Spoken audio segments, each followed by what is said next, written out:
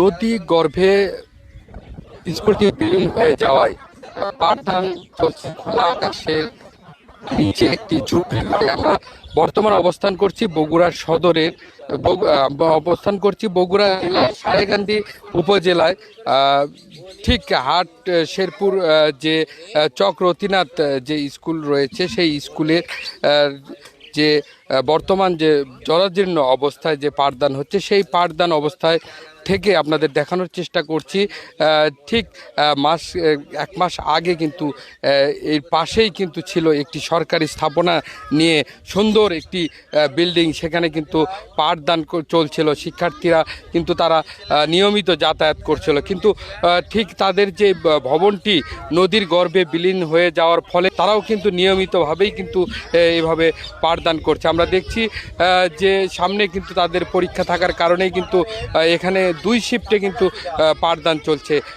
এবং আমরা যতদূর খোঁজ নিয়ে জেনেছি যে বিদ্যালয়ের যে শিক্ষার্থীরা রয়েছে প্রায় 400-র উপর কিন্তু শিক্ষার্থী রয়েছিল, কিন্তু বর্তমানে এই যে নদীর গর্ভে বারবার বিদ্যালয়টি যাওয়ার কারণে কিন্তু তাদের শিক্ষার্থীর সংখ্যা কিন্তু বর্তমানে 70 জন, এবং আমরা উপস্থিতি এসে পেয়েছি 20 থেকে 25 জন।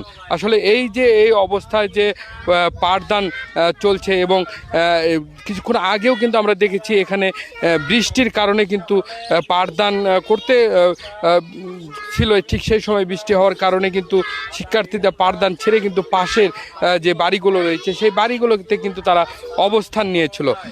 আবারও কিন্তু বৃষ্টি শেষ হয়ে যাওয়ার পর তারা ঠিক এভাবেই কিন্তু এসে কিন্তু আবার তাদের যে পাঠদানের যে কার্যক্রম সেখানে কিন্তু অংশগ্রহণ করছে, এবং তারা যে পাঠদান আমরা দেখছি যে শিক্ষক যিনি রয়েছে তিনি পাঠদান কিন্তু করছেন। আমরা একটু কথা বলবো এখানকার যিনি ভারপ্রাপ্ত প্রধান শিক্ষক রয়েছে তার সঙ্গে, যে এই যে বর্তমান যে অবস্থা এটা কতদিন হলে তারা এই অবস্থায় পাঠদান করছে, এবং এই বিদ্যালয়টি কতবার ভাঙনের কবলে পড়েছেন, এবং বর্তমান যে পাঠদান কর্মসূচি কি ধরনের তারা ক্ষতির সম্মুখীন হচ্ছে। আসসালামু আলাইকুম। এই বিদ্যালয়টি এর আগেও কয়েকবার ভাঙ্গাচুরা হয়েছে, নদীগর্ভে বিলীন হয়েছে। বর্তমানে 10 বছর এই বিদ্যালয়ে আমি 10 বছর যাবৎ কর্মরত আছি। 10 বছরে প্রায় 6 বার এই বিদ্যালয় নদীগর্ভে বিলীন হয়েছে এবং অন্য জায়গায় স্থানান্তর করা হয়েছে। সর্বশেষ গত মে মাসের 16 তারিখে আমরা বিদ্যালয়টি নদীর ভাঙ্গনের হুমকির সম্মুখীন হওয়ায় 17 তারিখে আমরা বিদ্যালয় ভবনগুলো, টিনের ঘরগুলো ভেঙে এক জায়গায় নিরাপদ স্থানে রেখে দিয়েছি, এবং নতুন জায়গায় স্থানান্তর করা প্রয়োজন। এর জন্য অর্থের প্রয়োজন। আমরা যে বিদ্যালয় ঘরগুলো ভেঙে নতুন জায়গায় রেখে দেওয়া বাবদ এবং ছাপড়া ঘর তোলা বাবদ আমাদের প্রায় 80,000 টাকা মতো খরচা হয়েছে।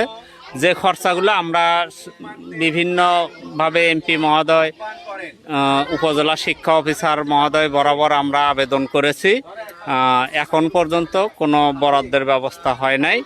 আমরা শিক্ষক যারা আছি সবাই নিজ তহবিল থেকে আপাতত এই ব্যয়ভারগুলো আমরা বহন করেছি। বর্তমানে এই বিদ্যালয়টি চরের ভেতর নতুন জায়গায় স্থাপন, সেই নতুন জায়গায় মাটি ভরাট এবং পাঠদান উপযোগী ঘর তৈরি করার জন্য অর্থের প্রয়োজন। অর্থ অভাবে আমরা এগুলো করতে পারছি না। অস্থায়ী স্থানে পাঠদান কার্যক্রম করতেছি। এতে আমাদের শিক্ষার্থীদের শিখন ঘাটতি কিছুটা হলেও পুষিয়ে নেওয়ার চেষ্টা করছি আমরা। তারপরেও শিখন ঘাটতি হচ্ছে, যেমন খোলা জায়গায় রাস্তার ওপর স্কুল হওয়ায় রাস্তা দিয়ে কোনো লোকজন গেলে শিক্ষার্থীদের মনোযোগটা সেই দিকে চলে যায়। আবার শ্রেণীকক্ষ আলাদা না হওয়ায় এক শ্রেণীর থেকে আরেক শ্রেণীতে কথা শোনায় শিক্ষার্থীদের মনোযোগের ঘাটতি আমরা লক্ষ্য করছি। তো যাই হোক, এইগুলো থেকে আমার কর্তৃপক্ষের কাছে আবেদন যে যথাযথ ব্যবস্থা গ্রহণ করে এই সমস্যা থেকে আমরা যেন উত্তরণ হতে পারি, ব্যবস্থা করে আমাদের শিক্ষার্থীদের শিখন ঘাটতি যাতে না হয় সেই দিকে সজাগ দৃষ্টি রাখবেন বলে আমি আশা করছি। যেমনটি শুনছিলেন আসলে এখানে যে বর্তমান যে সমস্যা সেটি নিয়ে আমরা এতক্ষণ যিনি ভারপ্রাপ্ত প্রধান শিক্ষক রয়েছে তার সঙ্গে আমরা কথা বলবো বললাম তিনি যেমনটি দ্রুত এই যে তাদের যে সমস্যার সমাধান করার জন্য তিনি বারবার কিন্তু তিনি অনুরোধ জানিয়েছেন। আমরা একটু কথা বলবো এখানে যিনি আমাদের সঙ্গে যুক্ত রয়েছেন স্থানীয় গণমাধ্যম কর্মী তার সঙ্গে একটু কথা বলবো। আসলে তিনি নিয়মিত এই এলাকায় পরিদর্শন করেন, যাতায়াত করেন। আসলে তিনি এই বিষয়গুলো নিয়ে তার দৃষ্টিকোণ থেকে আসলে তিনি কি বলছেন একটু তার সঙ্গে একটু কথা বলুন। জি ধন্যবাদ, আসসালামু আলাইকুম। আসলে আমরা ভাঙ্গন এলাকার লোক, ভাঙ্গনের নদীর সাথেই আমরা যুদ্ধ লড়াই করে যাচ্ছি। যেটা দেখা যায় যে নদী একবার ভেঙে আরেক চর গড়ে ওঠে, আবার সেই চর গড়ে ওঠার পর বসতি হয়ে যায়। বসতি হওয়ার পরে দেখা যায় আবার 2-1 বছর না যেতে আবার ভেঙে যায়, আবার ওই লোকগুলো আবার আরেকটা চরে যায়, তার এলাকার ভেতরেই থাকে, অন্য একটা চরে যায়। এইভাবেই ভাঙ্গন এলাকার লোকজন নদীর সাথে যুদ্ধ করছে।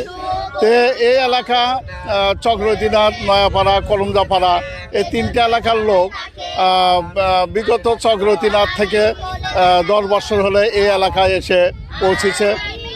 এখানে বাড়িঘর স্থাপন করার পর ধরতে গেলে ফসলি জমি ভালো হয়, গাছ-গোছালি, ঘর বাড়ি মানে গড়ে তুলে বসত বাড়ি করে যাচ্ছে। এমন তো অবস্থায় আবার নদী গত 1 মাস যাবৎ ব্যাপক এলাকা জুড়ে ভাঙ্গন শুরু হয়েছে। তাতে গত 1 মাসে প্রায় 1.5 শতাধিক বাড়ি ঘর অন্য স্তরে, চক্রদিনাথ পুরাতন একটা গ্রাম ছিল সেখানে আবার ভেঙে যাচ্ছে লোকগুলো। এই এলাকার লোকগুলো খুব কষ্টে, আতঙ্কে আছে। ইতিপূর্বে করমজাপাড়া, ইতিপূর্বে হাসেরপুর নামে একটা সরকারি প্রাথমিক বিদ্যালয় অল্পদিন হলে নদীগর্ভে বিলীন হয়ে যায়। সেই বিদ্যালয়টিও বাঁধের ওপর স্থাপন করে, সেখানে ছাত্রছাত্রী নিয়ে খুব কষ্ট করে তারা শিক্ষকেরা ক্লাস করছে আর কি। এটা দেখা যায় আর কি, এই এলাকায় এসে দেখা যায় সরজমিনে। বর্তমান যে এই স্কুলের অবস্থা, এটা নিয়ে আপনারা কি মনে করছেন যে সরকারের কাছে? বর্তমান যে অবস্থা, আমরা চাই যে সরকারের কাছে দাবি করি যে এই স্কুলটি, বিদ্যালয়টি অতি তাড়াতাড়ি যেখানেই সরকারের পছন্দ হবে, ছাত্রছাত্রীর সংখ্যা বেশি যে এলাকায়, সে এলাকায় বিদ্যালয়টি স্থাপন করে লেখাপড়ার মানটা ফিরে নিয়ে আসা হোক আর কি, এটা চাই আর কি। ধন্যবাদ। দর্শক যেমনটি আসলে শুনছিলেন, দর্শক বগুড়ার যে সারেয়াকান্দি উপজেলায় যে চক্রদিনাথ সরকারি প্রাথমিক বিদ্যালয় থেকে এটি ছিল আমার কাছে সর্বশেষ।